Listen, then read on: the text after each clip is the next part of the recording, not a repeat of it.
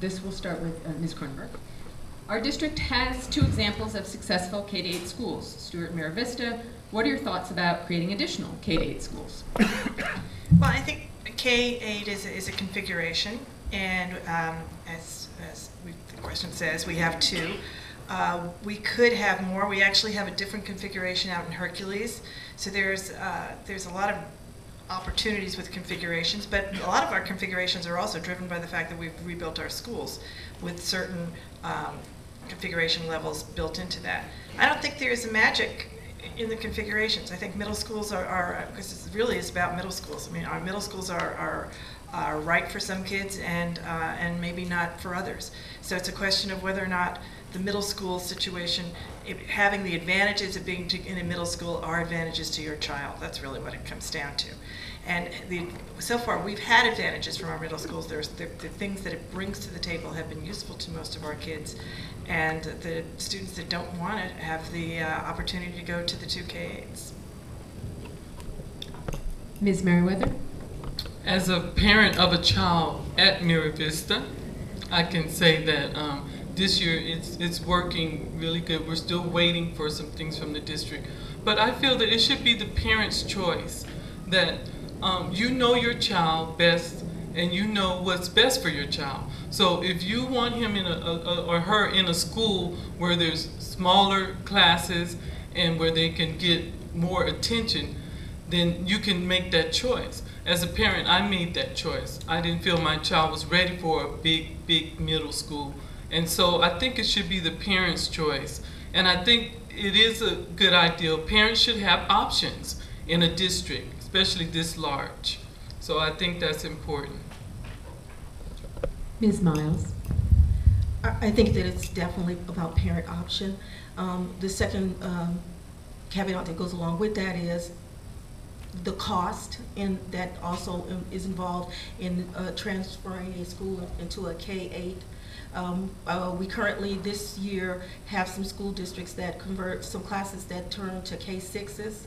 I currently teach at a K-6 situation, and I know that for many of those parents, it's an effective model for their students. So parents' choice is very important. The other part that goes along with that is that if we're going to be looking at transferring these schools and making them into K-8s, when we're rebuilding the schools, we need to make sure that there's available space. And then lastly, overall on anything, when you're talking about staff, you're talking about cost and budget. And so that should also be considered within transferring those schools into and making them K-8s. Mr. Ramsey. Thank you. I'm going to turn this question around a little bit. I say there's no K-8s in Albany, there's no K-8s in Berkeley. This is really about delivery of instruction for our middle school students. And the reality is that we need to find a way to be able to do it for science, we need to do it for math, we need to do it so students be able to get involved in band, extracurriculars that we see more developed at the secondary school level. My commitment is to making sure that we have the best quality instructors and making sure that we have the best program for students at the middle school to attract families, because that's the option they want. I don't think they're looking for any specific configurations. Like it said, Hercules at 7-12, they flock to it. Some people like the middle school option, but the one prevailing reason that people are looking for other choices is that the middle school options are not succeeding here. And that's where I want to roll up my sleeves and work hard to commit to in this next 4 years. Mr. Cowan.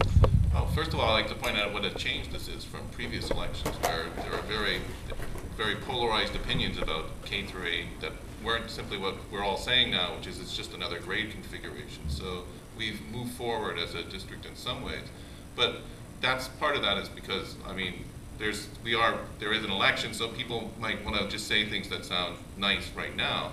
What I'd like to suggest is a specific proposal along these lines, which is that we had a K through 8 initiative a few years ago that was unceremoniously kind of shoved aside, that I think only Mr. Ramsey was on the board at the time.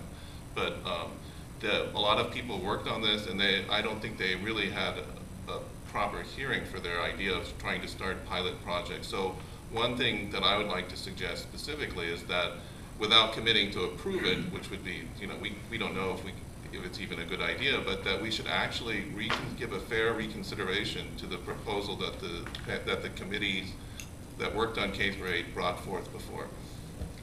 Mr. Freeman. I favor the current plan to rebuild Portola in El Cerrito, and I believe that that building is going to give us a structure to create a high-quality middle school. I think that structure only is part of it. The physical building is only part of it, and that leadership at the site level makes an enormous difference.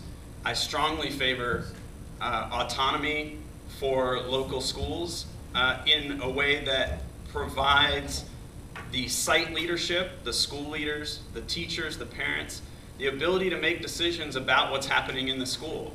And I think that the K-8 question is, as others have said, a structure question, and I've done a lot of research on K-8s in middle schools, and there is evidence on both sides. But what really matters is the decision making that's happening at the local site, and I believe that we can do that in whatever structure the schools are put into.